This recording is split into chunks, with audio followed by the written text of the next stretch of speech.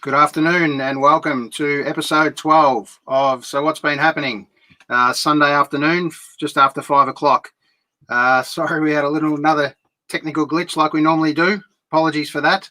I'd like to bring on a good mate of mine, Glenn Curran. How are you, Glenn? G'day, how are you? Good, mate. Audio all good today? We had a little slip there.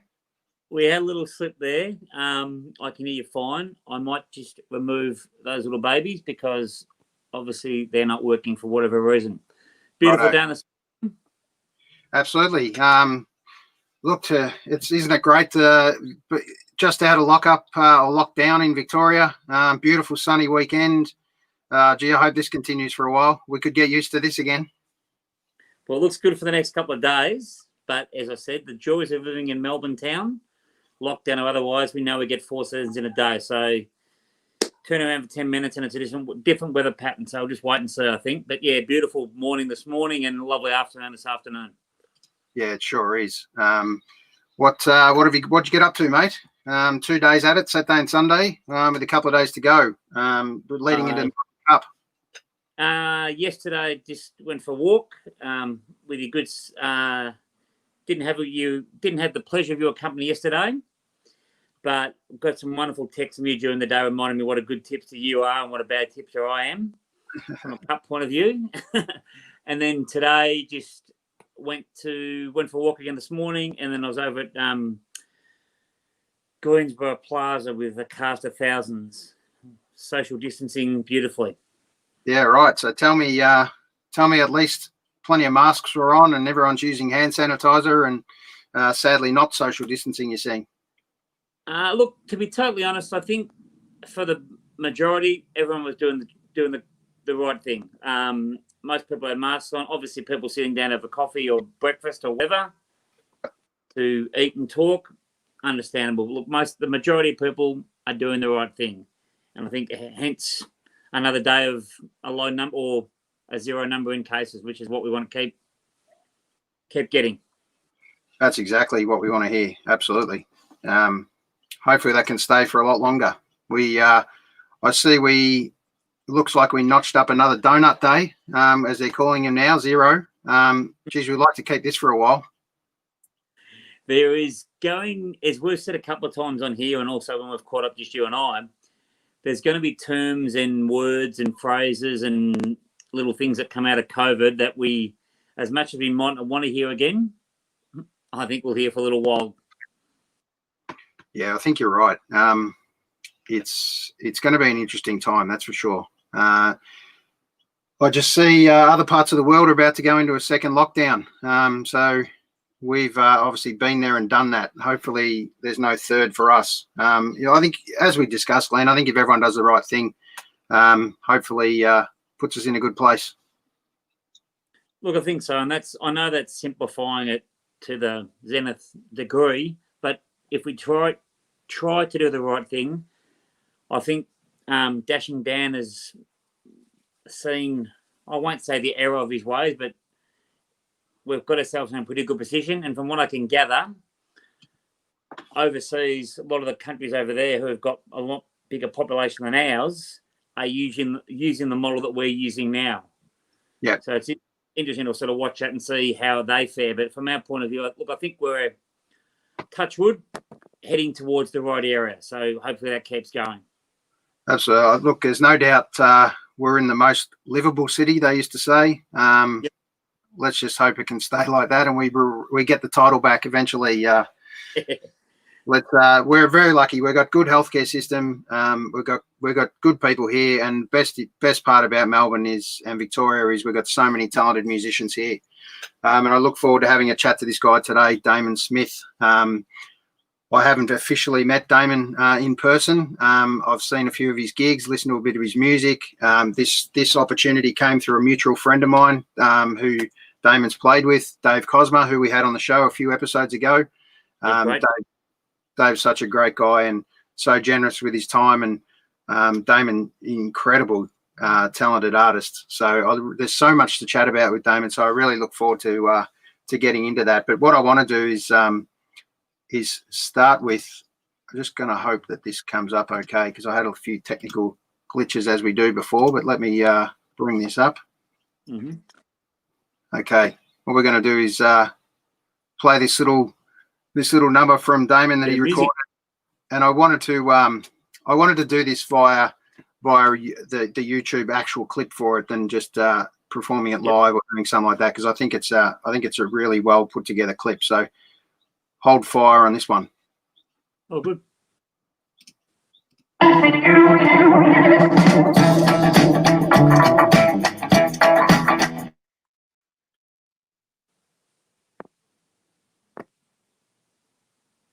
Different times, I never thought I would live to be in a lockdown. Second lockdown. I've got to shave my face. I got a big beard and I got long hair from the lockdown. Well, I've been living in my socks and my underpants. A lockdown zombie in the lockdown trance. I've been in the lockdown 71 days, 45 hours, 75 minutes, and 23 seconds. And nothing around here, nothing around here, nothing around here, nothing around here. Well, I've been drinking, stinking, and sinking down into my hole. I'm like a box getting knocked around and pushed deeper down into my hole. So get your shoes and socks on, everybody. This time you'll need them. Your lockdown is over. Let's celebrate our freedom.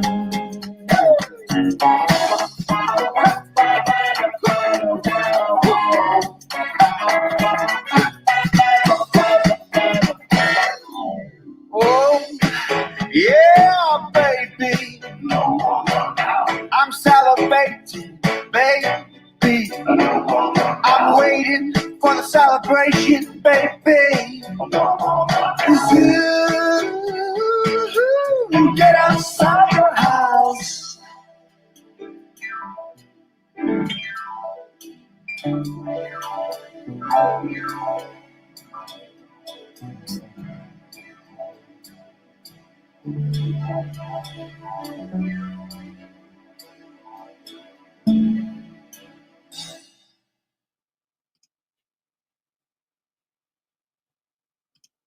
How good was that? Absolutely fantastic. I love that, Damon. Absolutely brilliant. I'm not sure what's just happened to Glenn here. Hopefully he comes back on in a second. There he is. Back. All good. All right, mate. I hope you caught some of good. that. How good was that? Oh, magic. Yeah, very good. Just having a good play with my sound and cam while I was listening in. Look, it's amazing what you can make out of adversity. And that's everybody in some way, shape or form has been touched by the adversity of the pandemic. And as we've said numerous times on this occasion, the musicians, the sports people, the general people that were spoken to, that seems to be the common thing. Life deals you lemons. You're just going to have to drink lemon juice or lemonade for a little while. And that's fantastic. We talk about the classic word. The it word at the moment is pivot. And there's no doubt that Damon's one of those absolute talents that's able to do that. So, look, I'm not going to there's no one wants to watch and listen to us, mate. So how about we bring on Damon for a chat and talk about life with Damon Smith. Give him a second. How are you, Damon? Great to have you on. Hi guys. How are you? Yeah, Damon, welcome aboard, mate. Nice to meet you, Glenn, and Aaron as well. And Aaron, thanks for the kind words. You pretty much said all the right things. That's very nice. Good man. Thank you. No problem, mate. There's I think you're like most musicians, mate, incredibly modest. But one thing I've noticed is I don't even really know where to start with you, mate, to be perfectly honest. You're such a wide range talent. Incredible. So let's start firstly with the lockdown for you, and then we'll flash back a little bit on where music started. But let's start with the lockdown situation, maybe lockdown 1, because I believe there was a song that you did for part of lockdown version 1 as well. Yeah, so the lockdown happened and we had a whole bunch of gigs, that meaning, Sun Rising with Dave, who you mentioned before. We had some gigs there. We were lucky enough to do some gigs at the beginning of the year, which was awesome. Really amazing. And then we went in, and I have a show called Mental is Everything, which is a show that I do with the drummer from Sunrising, Adam. And it's a two-man show, and it focuses sort of on my dealings with mental health. So it's a bit of a comedy. Nevertheless, we had a really amazing tour with that, with Regional Arts Victoria that they set up. And of course, long story short, lockdown happened. The first Sunrising gig we were about to do was cancelled, and I thought, oh, well, this is going to continue to go on. And yeah, the entire tour for Mental was canned. Plus all the little things that we do, the bread and butter, you know, the gigs all around at the great venues around town, which I do an awful lot of, Blues Train and some stuff in the city at a little jazz bar. And so anyway, they're all gone. And I guess the weird thing with the lockdown is at that point, I realized I wanted to stay, I wanted to be present and make sure that I was still being able to get my stuff out there. And being relevant in these times is very important, I think, which is what Glenn was saying before. Basically, it's through adversity and things like that, you know, people come forward and they create stuff. And the best art has been created in those times. If you go back to the 60s and the race riots and all sorts of times, we've had some amazing stuff that's made us think. Now, the thing that I did at that point was the toilet paper song, and that wasn't designed to make anyone think, and didn't. But it was a little bit of fun. I managed to get into a studio to film that with a filmmaker and some of the boys that I play with. And yeah, away we went. But we did the press and everything for that, and it hit me hard, as it often does, because when you release something like that, you get so much love from people, you know, because again, you know, when Dave releases stuff, or I do, and people in my network, you give them the love, and everyone's saying this is amazing, but it's hard to make that translate to the bigger picture, perhaps get it on the project or any of these sort of things, right?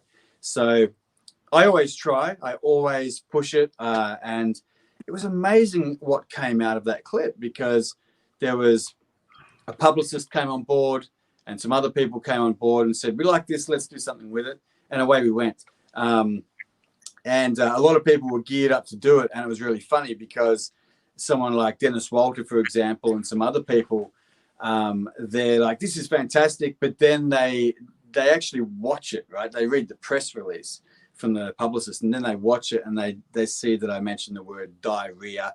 And I suggest that the media, you know, the whole point of the toilet paper in the end, why people were hoarding it, because they're actually smarter than us, right? They're not cretins for hoarding toilet paper. They're hoarding it because of the diarrhea, the verbal diarrhea we hear in the news. And it was sort of like, for me, it was a precursor to everything we've gone through, right? The first lockdown, all the stuff we heard. You go back now and say, well, that report was complete bollocks and that didn't happen and whatever. So I thought that was important for me to do it. But yeah, the first lockdown after that, it was reasonably tough. What's the idiom? We're all in the same boat. You know, we all were across industry, and it felt comforting, but it definitely hit me. I was thinking, shit, I had such a great year planned, probably one of my better years with music. With music, you're always trying to push through. You're always trying to better the last year. You know, not unlike any other business. There's plenty of business. You should do that. You don't want to, you know, do worse than what you did the year before. So anyway, it all just landed in a pile. But the comfort was that every other person I know is in the same boat, as I say. So that was the first lockdown. Yeah, it's look. Sadly, we had to go through a second lockdown, and for reasons we all don't entirely know the full outcome of yet. But this is a real crazy time. There's no doubt. But what I have found out of this is we talk about great things come out of adversity during this period, and for us, this whole opportunity to put together a video podcast, and this isn't what we do. You know, we have other gigs. We just love connecting with people, and basically this was born out of Glenn and I going for a walk one day and doing the classic chat of, I wonder how Jono's going, or Macca, you know, the old story, right? And we thought, well, why don't we jump on and organise? The classic word was Zoom these days, and no one knew. A lot of people didn't even know what Zoom was 8 months ago and didn't use that as part of their life, but it's became very much part of common day life now. So we not only did we organise a Zoom, but we jumped on. We thought, well, why don't we just jump on Facebook and we'll go live and we'll see who connects with us. So it was never supposed to go past episode 1. It was just a bit of fun to jump on and have a chat initially, and here we are at episode 12 and being able to connect so many different people, and it's been great fun. We hope we can continue this. Obviously, our bigger aim would be, once again, to be sitting at gigs with you on a Sunday afternoon, and that's more what we love, to be able to connect mates and introduce other mates to, especially musos, being one of our biggest loves, to watch live music, and we're so lucky to have that. But this crazy time that we talk about, that is social isolation for a lot of people. You look very much like the creative guy, and you are the creative guy, but how have you been able to sit back and maybe look at, I mean, we can sit here and talk about what was supposed to happen, or we can sit there and shut it down and say, okay, what can I do about it in my little bubble here?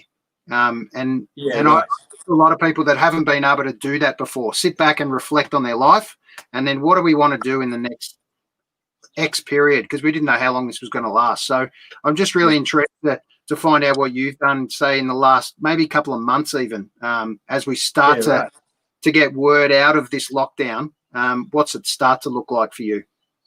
Well, surprisingly, for me, it's looking really great. And, when you first have all your stuff fall in a heap, you think, oh, well, what the heck are we going to do now? But you strive to do what you do, because for what I do, you talk about music with people, and often the reply from people you butcher or people on the street is, oh, you do music, you should go on Australia's Got Talent, or whatever they're called. Or my little cousin plays guitar, he's really great. And it's one of those things that not a lot of people understand. To make money from music or to be successful at it, you, believe it or not, don't need to be at Beyonce's level. You can be a wedding singer and enjoy doing that, and that is your bread and butter. That is your life. You can have whatever you want, just like any other job. So I thought about that. You talk about reflecting. And after that first lockdown, I tried to do so much. And what I worked out is I was buggerizing around with frivolous activity. And what I've worked out from that is that if I do a funny little clip and put that on Facebook and get a bunch of likes, and then do something else, and like the lockdown song, I put that out in all the right channels, and I see them exactly the same. And I mentioned frivolous activity, but I had to really understand what it was that I want to do and what I'm going to do. And a lot of musicians or artists, not all of them, but a lot of them, when you ask them what their goal is or what they want to achieve, it's an answer that it's so convoluted for them. And you don't always get just a response like my wife, for example, which she knows exactly where she wants to go. She has performance reviews with her job. She has bosses. She is a boss, etc. But for us, we're working for ourselves. This is a gigantic, long-gated university degree. And I'm just learning about all that now. I've been doing this for years. But so the second lockdown, I got into that with that mindset, and I thought about it a lot. And I ordered all these books, and I decided just to slow. And so I did that. I woke up one morning and said to Bren, I'm going to play a video game this morning. I love old video games from the 80s. And so she's like, go for it. You've got some work on. So I started planning things out, started learning how to better use my time. And that's sort of what geared me up for next year. And now out of that, I have so much work. I haven't actually had time to go and play the video game. I haven't had time to do that stuff. I walked Rosie to my 7-year-old daughter who plays drums in that clip that you showed before. I walk her to school, come back. I come into my studio here. I have a blackboard now with all the stuff that I have to do, and I just go and do it all. And the opportunities have been amazing. In a nutshell, because I'm going on like the Hume Highway, is that you have to sometimes when you burn a bridge, and meaning my analogy is no live music, that bridge is gone, but it's amazing what new bridges form under your feet. Again, Dave has seen that with his streaming thing. He doesn't sit there and think, oh, well, what are we going to do, blah, blah, blah. No, he's the guy that just goes in and does that, and it works. And so I had to really think about what that was, because I have a couple of different hats that I wear. So it's making sense now. I actually feel better about myself. I'm spending a little less time doing a lot of other things, and I'm working at nights now. I'm coming out here. I've been employed by a company to actually compose for them for their live shows, and which is just really good, because now I have that boss in a way. You know, I've done a soundtrack, or should I say theme song for a Foxtel show that's coming out next year. Jingles, you know, which is like digging ditches, you know, as a musician to do a jingle, but it pays well. And the more I worked, the more opportunities came. People calling me saying, do you do streams? Can we have you for a birthday party? I've done a couple of them now. I didn't want to do them, so I charged way more than, you know, maybe what I should have, and they still wanted to go ahead, and that was fantastic. So, you know, you put on a better show and a bit longer, but yeah, that's where I've been at. And next year there is a lot of things opening up. Shows are being booked. I've got my first show. Well, I had my first show yesterday playing on a street for a Halloween thing, playing drums, and that was many atrocities were perpetrated with that. But next week I'm playing the what do you call it, the Federation Square stage there, which will be the first gig. They've asked me to open that, and I'm doing a couple of them. I'm really looking forward to just being on stage with a couple of players again, socially distanced, of course. They told me I had to wear a mask, and I said I can't wear it because it's going to be crammed up your backside. But the first gig I had on the next Friday, I can't do that because they actually had said no live music indoors. So that was booked prematurely, and we can't do that. But there are a lot of gigs coming up, and it's really good to see, you know, that people are playing again. Yeah, it's interesting to hear you say that, Damon, because it's funny how the analogy, and as I said to Aaron before, as you probably saw, you talk about the burning bridge analogy. And look, I say it all the time. I've got, well, my stepdaughter's 25, so she's a young lady, but my sons are 17 and 12. And often I'll say to them, don't look at what you haven't got, look at what you've got. Now, yeah. What you said then is a perfect case in point. I think all of us have been, for want of a better word, guilty during the pandemic of saying, I've lost my job, I've lost it. But as you said, you can't go through life whether you're 10, 20, 30, 40, 50, whatever. You're going to burn bridges at some stage, put it in the memory bank, use it, and at some stage that skill set or whatever, or that opportunity will present itself. You've just got to be able to, and the thing I've learned talking to Aaron, as Aaron said, doing this show, put your hand up. What, does anyone need me to do something? Yes, I'm a muso, as you said, but I might have to be a clown this week. As you said, digging ditches is like singing jingles, but as you said, you can do it, and if someone's going to pay you to do it, well, that's a win-win, isn't it? This is right, and of course, I mean that in with all due respect to. Oh no, I understand that question, because you know, I've done that before, and I will probably continue to do it.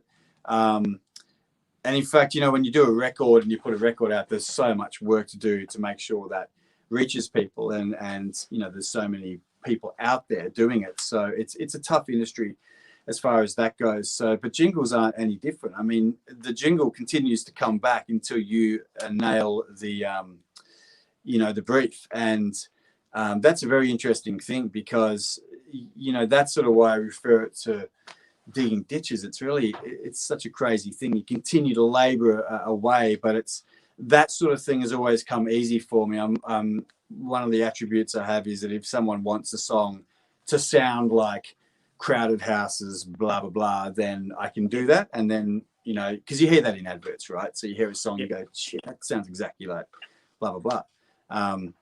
but yeah, it's not just they continually send it back, and then you go, how's this, and they say no, it's crap, and then you send it back, and it's you're dealing with business people that have nothing to do with music. Whereas when you send your record out, you're sending it to often a seasoned professional in the music industry. So when they say they don't like it, it has massive consequences. But a jingle, you go, okay, well, I'll just continue doing this until they like it, and then we'll get paid, and we'll go from there. Yeah, it's good to hear that, because as simple as a jingle can appear at the end, people really underestimate how much work goes into it, and how many people want to have their say in that respect. So you don't just get free reign to come up with a jingle and sign it off, so to speak. It's an interesting to hear that journey.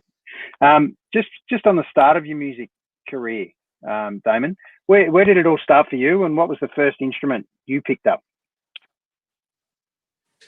It was actually a drum, a quarter of a drum kit. It was a snare drum and a hi-hat, what I now know to be a hi-hat stand, and a big old ride cymbal or something. It was the most mismatched bunch of percussive instruments you've ever seen in your life. And I just had to set it up and mucked around with it. It was too loud and everyone got angry. And so I didn't really continue with that. But it was, in fact, a snare drum and some other stuff. But piano would be the one guitar, but then piano was the thing that I continued to gravitate towards, and would just sit at it. And it was really weird. I used to just play notes, which isn't necessarily a chord. It's an arrangement of notes. And I would do that, and I would hear, because that sounded, of course, quite mysterious, and and I would think, wow, how good's that? So I'd then run out into the backyard and act out whatever that chord was. So I think my parents noticed that he's creative. He doesn't know how to play, but he's just hitting chords and understanding what sort of emotion comes next. Yep. So from the piano, and I'm really intrigued about the piano. It's such an incredible instrument. But who was your first kind of influence as you were growing up and taking on the piano? In a strange way, my sister, because she'd sit there and play, and there was that sibling rivalry there. I used to look at her and play, and I used to see my parents, nod their head and go, well, geez, that's pretty good, isn't it? And I thought, oh, look, there's a bit of attention you can get out of this. So funny enough, but as far as, musical heroes and stuff like that, anything that was just really interesting on a piano. I mean, I've always, even when I was young, I always used to sort of gravitate towards the esoterical and not so much the mainstream. So I would listen to things like Kate Ceberano's Bedroom Eyes, which I just loved. But I would always listen at night when I went to bed, between about 9 and 14 at that age, to the radio, and I'd listen to old blues songs and things like that.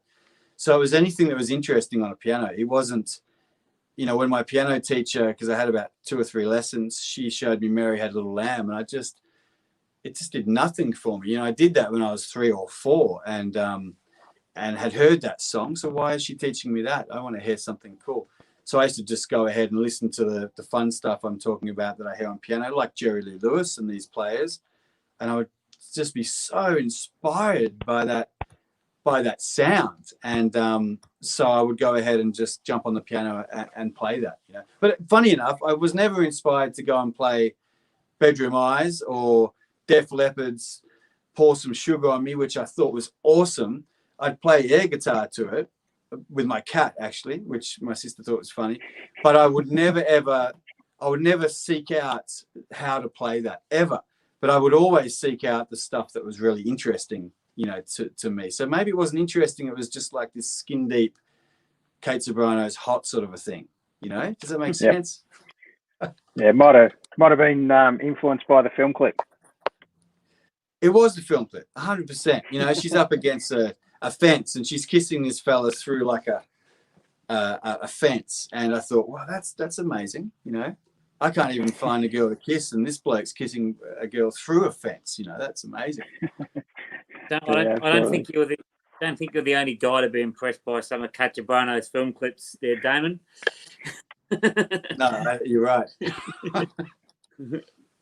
I want to touch on one of your shows that you've got going, and I know you've got a few. You've got so many fingers in so many pies, which is an incredible effort to be able to juggle all those balls.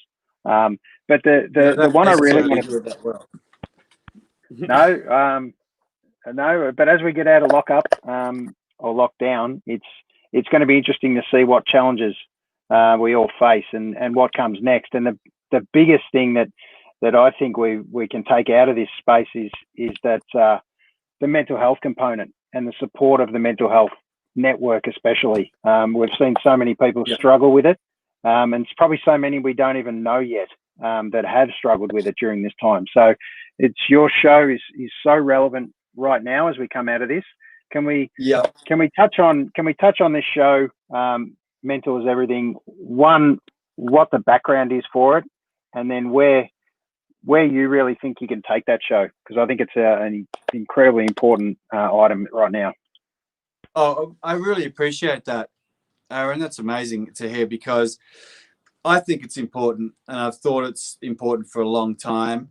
And I've always enjoyed playing in Sun Rising, which I'll continue to do. I mean, I enjoy doing all that stuff, but being able to do something that can really send a message in whatever way to people that I think need it. I think society does need to hear certain things from people who have learned experience. I think that's important. And so for me, I probably, even for a long time, I remember I've had obsessive compulsive disorder for most of my life. And when I was diagnosed with that, I went into we went to a clinic, or like a hall. It was down in Northcote. It was the Northcote Town Hall. And anyway, there was a whole bunch of people with OCD. And I just really got that there was other people out there that had this thing, and that it was debilitating. And a lot of them got up and spoke, and they couldn't even leave the house. But because of medication, they were able to get up there. And, you know, people use the word brave, which I don't really like a lot of the time. But, you know, I guess I've proved myself wrong, because I see these people and they get up there and they're saying, this is what happens to me. So I think from seeing that, it made me want to do my own show, and that's just what happened. So I got together with a person that has nothing to do with the show, my friend Zach, and he said he just thinks he's quite up there in theatre design, and he's a producer, and he said it has all the makings of something really great.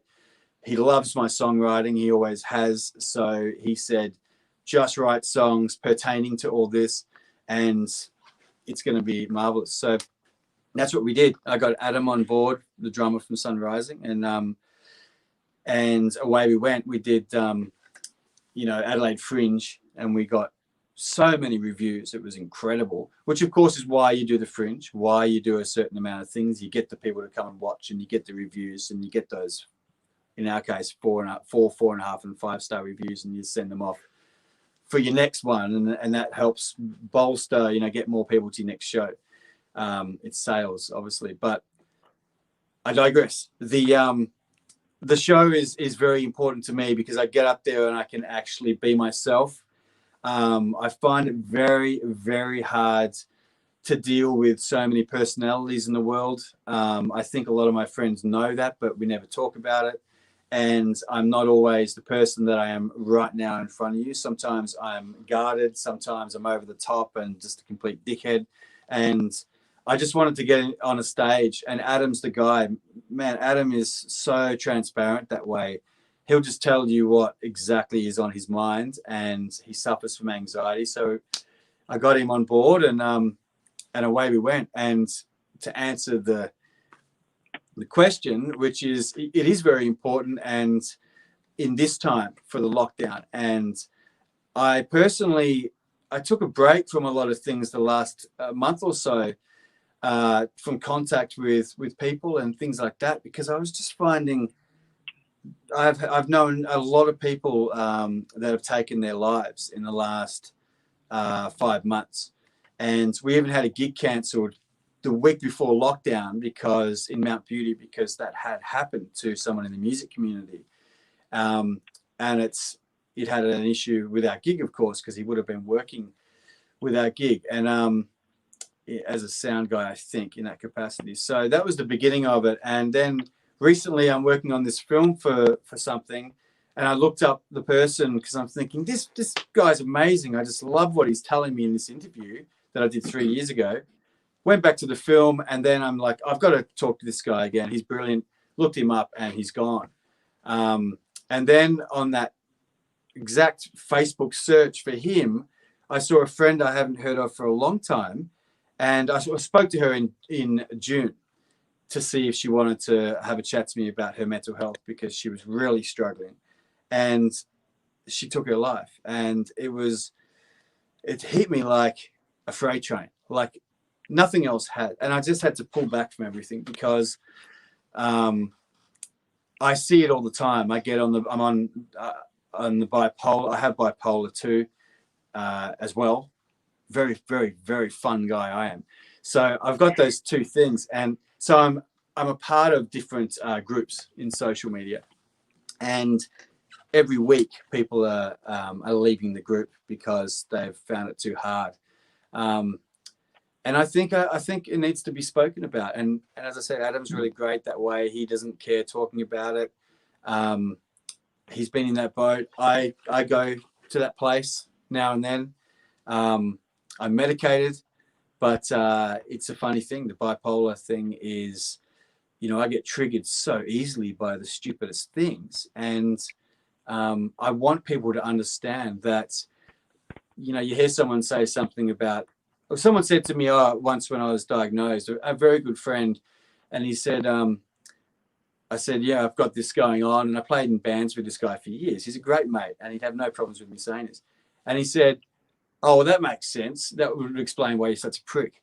So I thought, okay, it's a bit funny and it's a blokey thing, but it's that's what people think. The same as with obsessive compulsive disorder, OCD. Most people don't even know what the acronym stands for, and they say, I'm so OCD. But grammatically speaking, you can't be, I'm so obsessive compulsive disorder. You know what I mean? Like, I don't even need to go any further with how misguided that particular mental illness is. People have no idea of that particular thing. So it's important. We need to get out there and talk.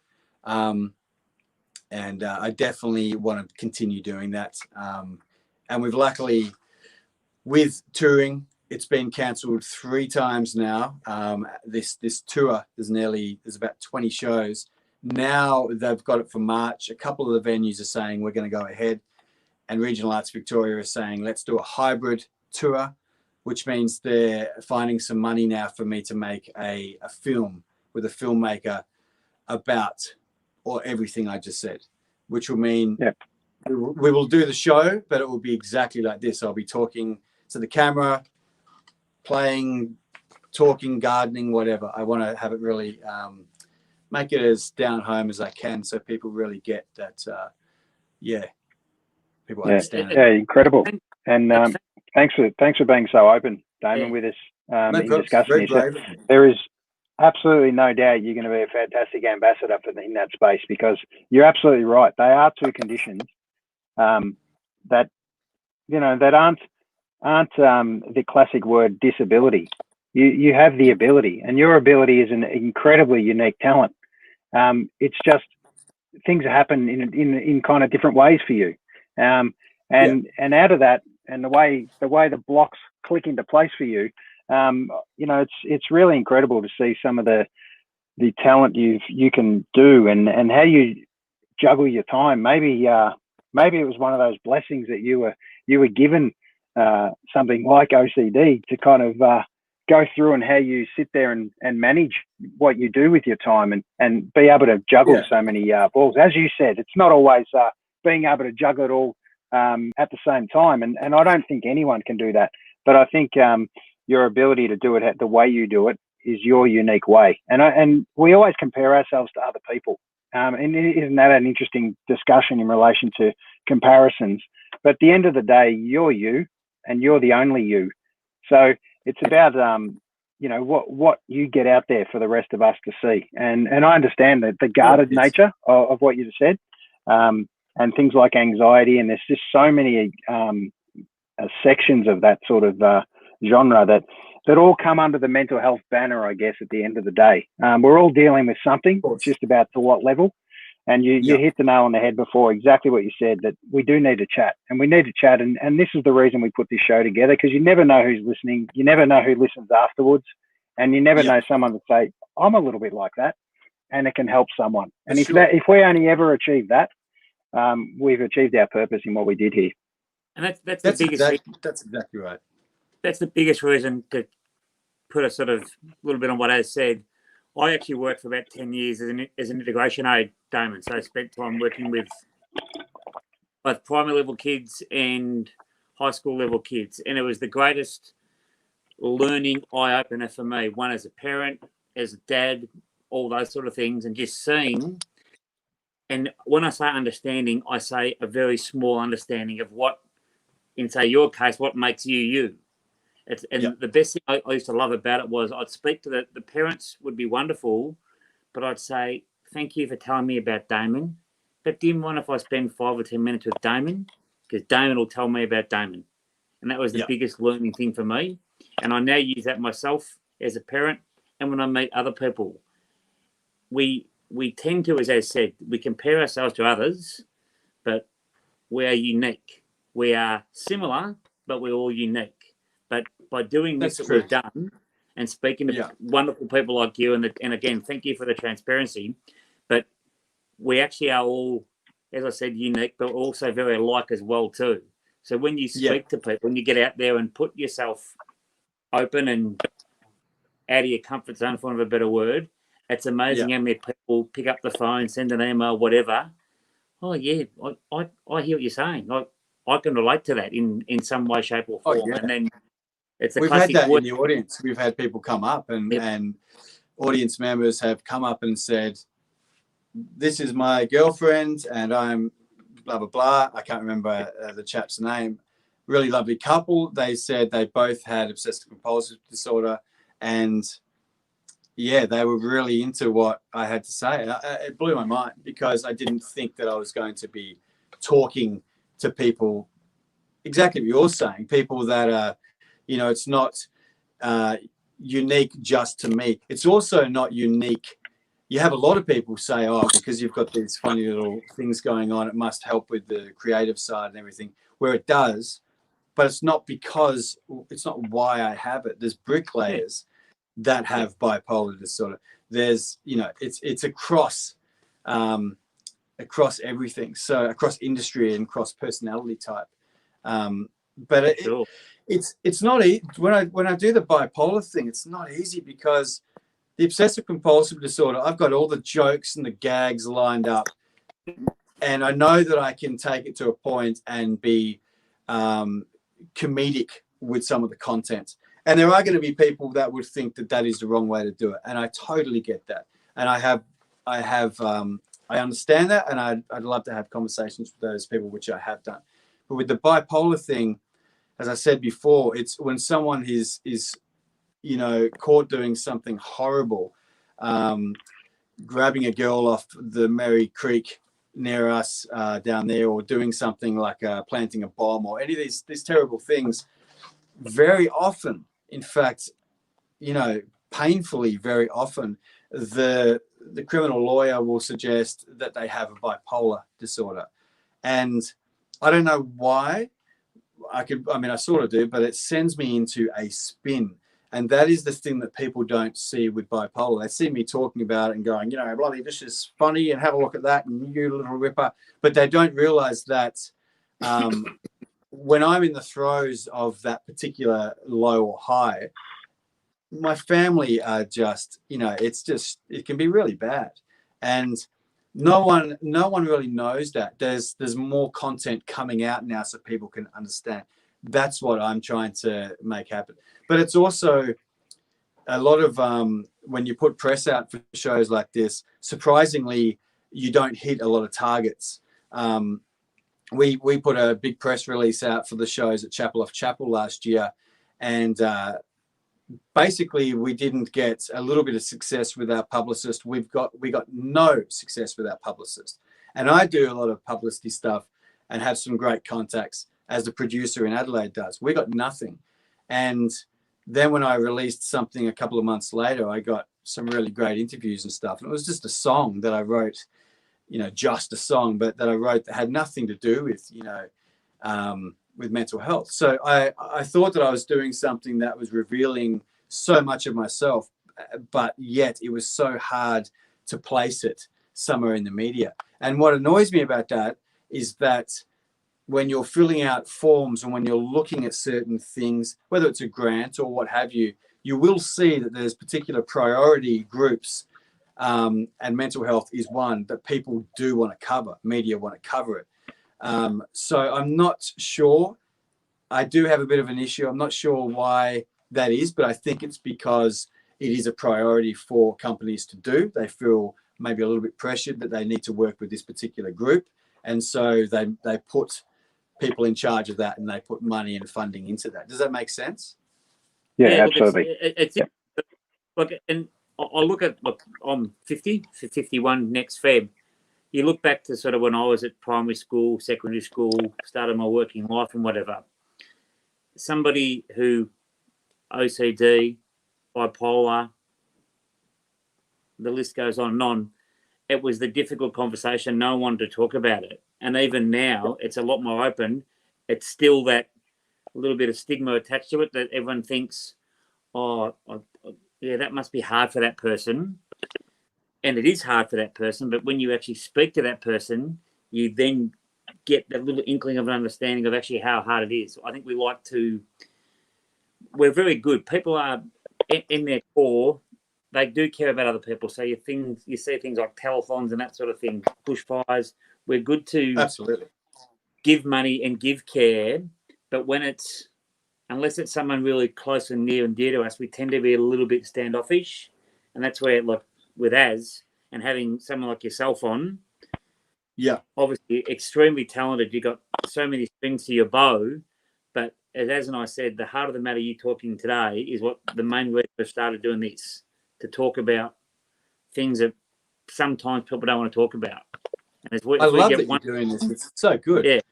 Because you can get people on here from all walks of life, and it's you're not seeing this sort of thing even in a mainstream area with the aforementioned project and other things. You're seeing topical, entertaining things. You're seeing left and right politics and what happens. But you guys are getting in here, and you guys are knock around blokes that have jobs, families.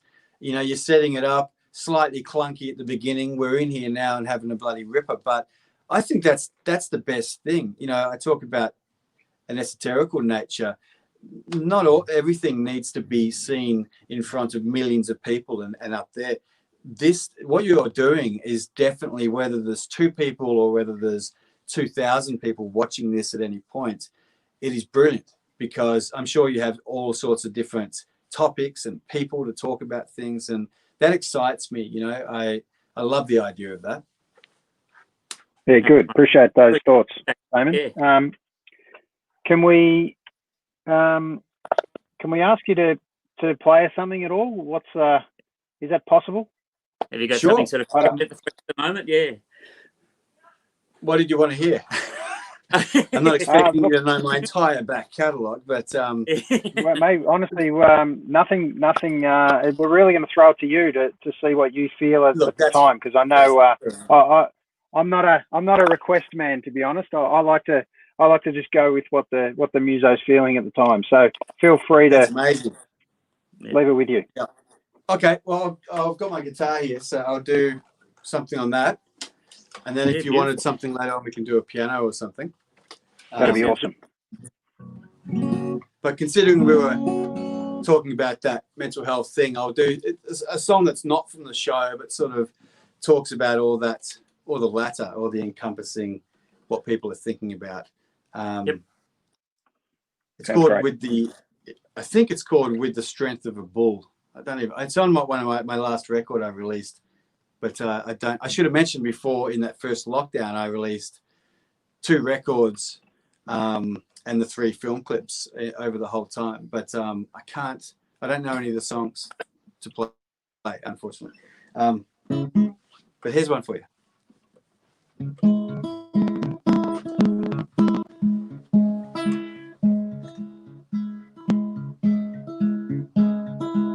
with the strength of a bull and freshly bottled naivety from you. I'd build highways to bring on gravy trains, block out the moonlight, let the sunlight through. I've taken locks off my doors, 'cause precious things ain't so precious anymore. I'll do nothing, maybe something, but I know I'll stick with things I've done before. 'Cause a song for me is a song for no one. All I've done before is all that I will do. It suddenly needed no one. All I've said is all that I have.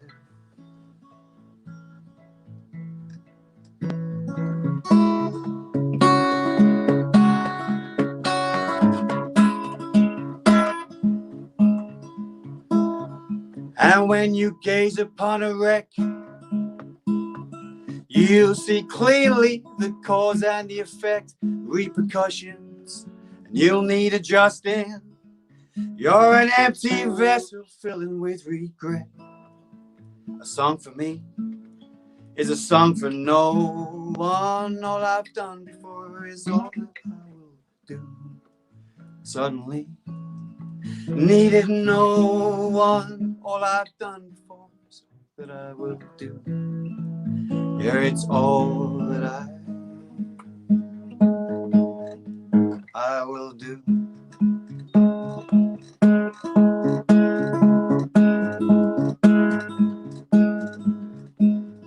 With the strength of a bull and freshly bottled naivety from you. Don't know if that worked. Did it? Unbelievable, mate. Mate, that was beautiful. Sounded fantastic.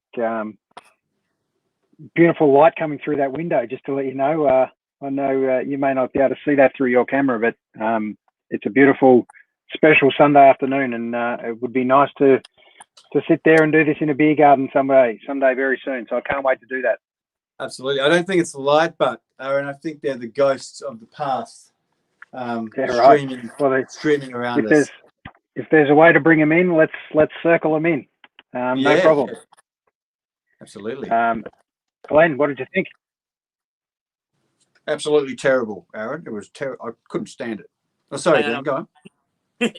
Now, look, mate, as I say to people all the time, I come and hear you talking about you picked up your drum, like a poor drum kit, you said, but like I remember with mates tapping on with pencils on books and that sort of thing. I'm probably the world's most frustrated drummer. And one of my mates is a very good drummer. He lives in South Australia, as a matter of fact. Yeah. He always says, mate, you're never too late to pick it up. So, look, I love watching someone, any musician who says, oh, this song isn't too good, and we've had some great ones on the show here. And I just sit back and think, oh, I wish. I always thought the guitar bloke got the girls, but then I thought it was the drummer, but it never seemed to be me. So I think I might have to have it's the manager in the end, I think. Yeah, it's true. Absolutely. Really Absolutely. good, mate. Really good. Thanks, yeah, I really appreciate that. That was great, Damon. And one thing I think you play is you seem to play it feels so effortless for you. I know that may not be the case, but it comes across like that gentle guitar. It's such a really nice balance. And even with, not the world's best audio sitting here on this podcast, no doubt. And we've had complications in amongst that audio with different guests and trying to get a combination. So that's interesting that it can come across so well. So I cannot wait to hear you play live, mate. Well, that's awesome. Yeah, we'll be at one of your first gigs, there's no doubt. Brilliant. Thank you. So one thing I wanted to also touch on is one of your other shows, Crazy Arms. Yep. And I think I watched a couple of little videos on that, and I think that's a really exciting another show that you're doing. So a little bit more piano based, obviously, but geez, what a lineup of inspirations there. What can you tell us about that? Well, it's a very piano centric thing, and that was totally an enterprising, industrious thing of we were touring in Perth with Sun Rising, and I came across what a solo performer might make if they do the same things as what my band was doing. And I thought, well, you know, I really want to earn more money and I want to do more work, etc., etc. So that's where it was born. And the idea was to play piano, to do a show not dissimilar to Sun Rising, where there's a story told, a narrative. And I play, in Crazy Arms' case, you know, from the beginning, when the piano was invented there by the Italian Giuseppe, and then right through, you know, to, well, a lot of audiences want Elton John and those sort of players. I don't like Elton John, but I don't know. I know you probably hate me for that, but I don't like Elton John. And I said it. But I wanted to play everything in between. I wanted to give an understanding to people that where it came from, which of course classical, and you've got Celtic stuff, and then you've got ragtime, and it goes on and on and on through a Jerry Lee Lewis. But I'm not doing the show anymore. I've stopped it. So I will be doing a similar show to that, but I just got to the point where with that, my nerves were so bad that I did my last one. I did a stream in August 6th, I think it was. And it was at the theatre there in Ringwood. Beautiful theatre, beautiful people. I know everyone there. Nick Carafa was playing with me on drums. Him and I do a lot of gigs together, that sort of boogie woogie stuff. And I just was so nervous. I can't watch any of the Crazy Arms stuff because I know the personality that I have when I'm up there. And I know that sounds ridiculous, and I'm bringing it back to the mental health stuff, but I just can't do that. So I'm doing more. I'm gonna turn it into more of the rock and roll piano, something that I know that I can do, and not the classical. Learning that classical stuff was mind blowing and really hard because everyone says to me with that show, "Oh, I've seen you in the other shows, and I can see you doing the classical stuff that you would have learnt when you were a kid." And they don't get it because that's how it usually is. But with me, I never learnt any of that stuff. So I had to go back and learn it. And it was bloody hard, challenging. I love yeah, absolutely. I mean, that was real music, wasn't it, back in the day? That's for sure. There's just some incredible talents. And I know you don't play this, as you said, you've sort of closed somewhat that chapter, but it's still in the vault, and I got a lot from it when I listened to it. And mate, thank you for doing that for however long you did do it for. I think it was brilliant. And so yeah, thank you. People loved it. It went really well. You know, the audiences. We had 3 sold out shows last year with the season of that. Really, really good. You know. Yep. I just want to touch on couple of your album covers and your inspirations on a few album covers because I see you've got a real mix of different influences there. Can I touch on a couple if you don't mind? Of course. Yeah.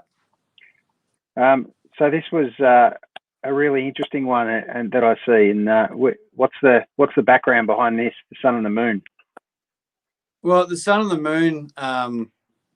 That's a song that basically is almost what that picture resembles. That picture, that's a really bad example. Sorry, I'll elaborate.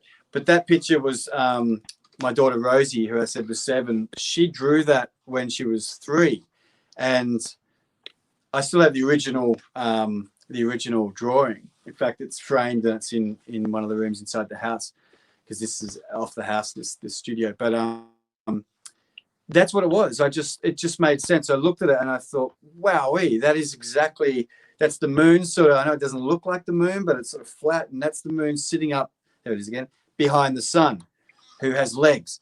And I just really loved it. And it was about a relationship. One of my very good friends had a relationship with someone, and it was just a really unusual relationship that ended the way that I thought it would. And 2 really amazing people.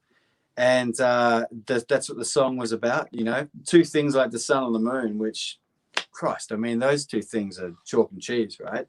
And yeah, they got together and had a bloody ball for a couple of months, and good on them. Yeah, thanks for sharing that. It was great, and great to hear it's from your family as an artist as well. So I'm sure they've taken great influence from yourself over the years, and will continue to. So just another one that I saw here. I thought that was really, really interesting. Yeah, I mean, again, I do the artwork myself, but I mean, that one was the last couple of things I've really rushed, and I've done that because I've wanted to just sort of, I really work hard on not laboring on things, but my expectations of art and of work, my garden, everything, it is sky high, and it's something I need to work on all the time because I alienate people, I reckon, because my expectations too high. So I just get in there, and after a couple of beers, and I just go for it. And that one, I just needed to. That was at a point where everything was turning to shit around here. So I just wanted to make the point: these are days followed by nights. This is a recurring thing for everyone. Again, not unique to me. That sometimes, especially lockdown, we were just going, crikey, you know, this is Groundhog Day personified. Yep. So that's what that was. But that was a take on my record, which I have here. And the reason I have this here is because Dave was doing an auction recently for his stream, one of his streams. And yep. He had that one, I think, The Sun on the Moon and some others. And he wanted this one. But I only had one copy left. And I said to him on the phone, I literally had to buy it back from a shop. Yeah, right. And it's cracked to buggery. But if you see that, that's actually... That's this one okay, there, well, right? there you go. Yeah, all good. There you go. So that's... it was sort of a homage to that other one. I find this cover, I think that's my greatest achievement, because when I wrote it all up and put it together, my guitarist, Dan, and great mate, he said, where the hell is that offline? What author is that? Whatever. And I was like, you beauty, that's great. So it's just something I put together. It's not very timeless because it says, you know, talks about internet and stuff, but that's okay. It was 2011 and it was very poignant at the time. But yeah, absolutely. I like that. I still haven't, there's not a lot of text. You know, I said, I don't want to be on a record. I don't want to have my face on a record. I will never do that. But of course, and you probably got it there, I don't know, I did put my face on a record a couple of months ago. So, yeah, speaking of the latest album, this is the latest album. I think it's a great shot, personally. It's, thanks. It's a really nice kind of mix. Great colours. And speaking of psychedelic colours and psychedelic feels, I absolutely love this one too. So I'm not sure if it comes with the 3D glasses that go with it, but no, I definitely need a set. I'm into that vibe at the moment. That song is getting a smashing all around Australia. I logged into AmRap the other day, which is a thing we all need to get our music on as musicians, and there's a little thing where it says people that are downloading it, and I downloaded the Excel spreadsheet. I didn't know you could. And I just saw a couple of people, and it's this long thing where people have been playing it. And so my job is to then touch base with them and say, good on you, thank you very much, which I'm very bad at. But I will do that. But I was blown away. And then Friday, Rosie and I were asked to take a photo sitting here because they wanted it for the Melbourne Observer. It was on the front page of that, her and I. So I was really, really proud, you know, when I heard her playing drums in there just before I did that song, because I did the drums on that song, and then suddenly she's playing to it. My God. And you've all had those moments with the kids, right? It was just tears because, you know, she was playing along and I was jamming and just playing, you know, like, and she was just playing, and it blew my mind. What an amazing thing.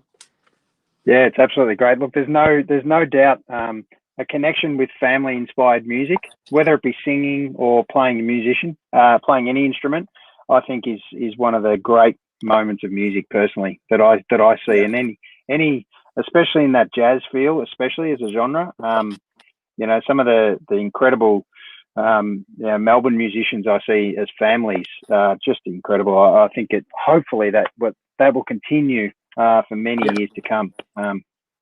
Yeah, it will be, I'm sure. Yeah. What can you tell us about the new album that you've released not long ago? What should we be looking for? What's the? I reckon the first track on that. Have you ended up? Yeah. Have you? It was kind of. I often talk to musicians about what they believe is good, the first release of the album and stuff like that, and then it feels kind of a little bit different a few months later, and there's a flip that they really get a feel for one of the other songs. So has that had that kind of moment at all with this album? Yeah, I love the first song on that track, on that record, with the one with the face you just said about the color scheme. Yeah, I really like the colors in that too. I can't stand that the head's cut away, but at the time that made sense because I felt like I was coming apart. But the first track on that, I really love it. And it's a second recording. I did it ages ago and, spent all this money on the record, but that entire record I just shelved it. So that song made it to this, and I think it's better. It was always meant to be a duet with someone, but lockdown happened and I just sort of did the vocal myself. But I love that song. And the rest of them, there's a lot of stuff that I sort of rushed to get on there, and I feel the achievement when you get it out, when you've been sitting on songs for a while, is mind-blowing. And with that mindset, because I did that, and with the mindset of things that I've been reading recently and knowing that what I do is I need to do it. I need to do it like I need to have a glass of water on a hot day. And so it's helping me to be prolific, and I'm loving it. And so I have that record, but the instrumental record that I did after that, if you ever want to if you're not into world music or something and you want to sort of have a listen to something, it's commercial world music, but I really love it. I did that in 3 days, and it's really cool. I like it. And that's also getting played all over the place. And I had no idea, because trying to push a record where you sing is hard enough with all the product out there, but trying to push an instrumental record, I mean, holy shit, that's really hard, right? But if you build it, they will come. Isn't that the Kevin Costner adage? So true. Build a dream. Yeah, and I've got some great news with what I'm doing next. Is I wonder if I can do this. Show you. This is my blackboard. I want to show you something. I don't know if you can read there. It says Christmas album. Ah, yes. You probably can't. There you go. So you mentioned that's like all good artists. Yeah, it was interesting. You mentioned Dennis Walter before, so ties in beautifully to the Christmas collection. Well, I was meant to do a gig with him in a couple of weeks. I don't know what's happened. There was a thing called Christmas for Karens in St Kilda, where I thought that was a fantastic name. And I was on the bill with Dennis Walters to play in a cul-de-sac. I need to find out from the agent what was happening there, because that would have been sensational. Well, given the name Karen, it might be moved to Brighton these days after recent lockdown. Well, the Brighton thing is, the Karen thing, that's a worldwide thing, isn't it? They call a disruptive individual, a female, a Karen. And I mean, you wouldn't want to be called Karen, because that would suck. Absolutely. It's very interesting, the name and where they came from and who they kind of relate to. My mum was always the classic, and I mentioned someone's name and, oh, he doesn't look like a Damon. And I always have a bit of a chuckle and say, what exactly does a Damon look like, Mum? So it's, I think she's seen many names come over the time, but Damon Mark Smith, you're an incredible talent, mate. That's for sure. So everyone, there's really the website. Nice. Thank you for saying so. I mean, DamonMarkSmith.com. That's where we're at.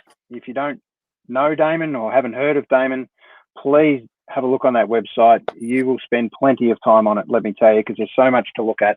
I just wanted to also touch on one more thing before we go to one song and finish, if you don't mind, Damon, because thank you so much for your time. We've gone, typically we always set this up to be 45 minutes roughly, and we always blow that because it's such a great time that we have, and we never time. You're having a good time when time just extends. That's true. And hopefully right now we haven't had anywhere to go. So thank you for being so generous with your time. So especially on a Sunday afternoon in fine weather in Melbourne when we're actually allowed to go out. So thanks again. But the night sky is a jewelry store window. Incredible long name, like some of the classic songs over time. But what can you tell us about that project? Well, first of all, I need to say the name came from a Bill Callahan song off a record when he was using the name Smog. That was his band name, and it's called Rain on Lens. It's not for everyone, but there's a lyric in that, the night sky is a jewelry store window, preceded by my mind is half a brick. And I loved both those lyrics. So I took that, and what it's meant to be is that in this studio, I set up to actually record a whole bunch of singer-songwriters, and they came in and they used the same guitar, which is that one I've used before, lovely old guitar. So over 50 people used this guitar, which I'm telling you, I mean, that if you ever wanted to auction something off, like, I wonder if I'll ever do that, you know, because I should have got them to sign it. It's pretty special to have that many fingers on it. Absolutely. And so that was really great. And we did 2 live performances where, I mean, I stepped away. I didn't do anything with it. I did play a song at the live performance, but it's because everyone asked me to do it. But it was about me getting behind the camera and getting my filmmaking chops up. I have so many films that I've made, and I just never released them. So at least with that, I had to, because people were giving me their time. But yeah, that's what that was. I'm extremely proud of that. I'd never get on there and watch them. I don't watch anything that I've done. I don't listen to anything I've done. But now and then we've got this, you know, the wonderful smart TV in there inside, and the YouTube often brings up one of those videos. So Brenda, my wife, will, of 24 years, she will press the play button and we watch a couple of them, and some incredible music on there. There's some really great songs, like, my God, the talent, and people from all over the world, mainly Melbourne, but some people from all over the world. And I am doing it again. I'm doing a series of interviews which will go between 10 and 20 minutes, and I've signed myself up for 13 of them. And so I can't wait to do that. It's a massive job. I've done one already. I wish I could show you, but it's sort of embargoed at the moment. Channel okay. 31. Look forward to it. Yeah, it looks to go on Channel 31 at some point, and maybe somewhere else. But it's really cool. They're little mini documentaries about great, special people that aren't necessarily musicians. They're all sorts of people, you know. Your butcher is just as interesting as I am, I think. You go and have a chat to him and get him on the show. Absolutely. Good point. Very good point. We have we yeah, that's right. Every butcher's got a good story, and if nothing else, he's got a big knife. So you got to treat him nicely. Yeah, that's right. That's right. Can we hit you up again, Damien, to play us something else? That beautiful piano behind you, has that been in the family long, or is it everyone has a little story about their piano and where that came from? Yeah, well, it was a Christmas thing 2 years ago. It's an Australian-made piano made in Sydney in 1963. It's called a symphony. It means nothing. Basically what happened is they made these really beautiful pianos, and Yamaha did what all great businesses do and bought all the independent piano factories around and made Yamaha pianos in them with their craftsmen people. But no, it's a beautiful piano. It's got a lovely sound, and it's definitely my choice. I've got a piano inside. I also have, I don't know if you can see here. I never show off the studio. That's a door. Can you see that? A door going through. There's another piano in there. That is what you call a spinet. So it means that it doesn't spin, but it's a smaller piano. It's not 88 keys like the standard piano. I think it's 74, 73, 74. And I put drawing pins on the hammers. So when they hit it, you get that metallic sound. So Winnie Atwell, I don't know if you've heard of her, but the ragtime sound on that piano is killer. It's amazing. Yeah, awesome. Yeah. But this one, you can obviously still play, you know, that sort of stuff. That sort of stuff can be played on any piano, really. So what do you want? Let's do a song. I'll do a new one, a blues one. It was sort of something I touched on before, called Midlife Crisis Blues. Look forward to it. Just before you do, I'd like to thank Damon for his time. He's been incredibly generous on a Sunday afternoon. Thank you so much for coming on, Damon. We will wrap it after this if you don't mind. I'd love to get you on again, mate, because we could talk for another hour, but I'm conscious of your time and spending time with your family on a Sunday. So thanks again. and I look forward to it. So intro this in for us, and then we'll wrap it up after that. So thanks again, Damon. Okay. Right, No problem. Damon. Thanks to you guys. Wow. Thanks so much for having me on the show. I think it's really great. Look forward to watching some more. All right. So it's a pretty standard thing. It's just about hitting midlife.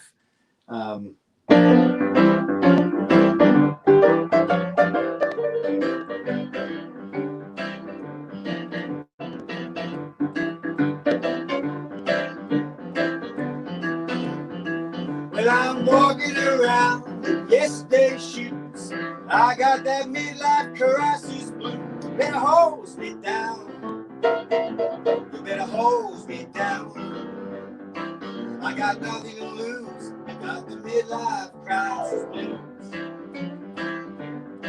Well, I'm standing here, void of vibe. I swallowed nearly all my pride. You better hose me down. You better hose me down. I got nothing to lose. I got the midlife crisis blues.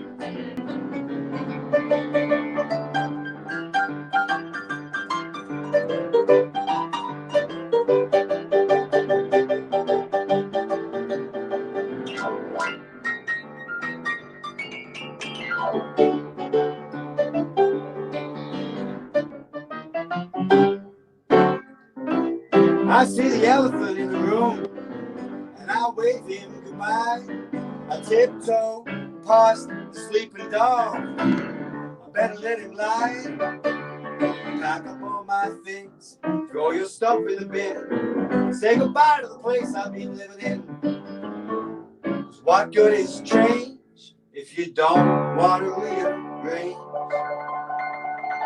I need hosing down. Yeah, I need hosing down. Got nothing to lose. Got the midlife crisis blues.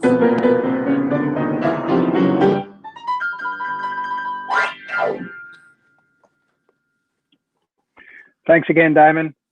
Have a great day. Thanks so much, man. No worries. We'll catch up soon. All right. Bye.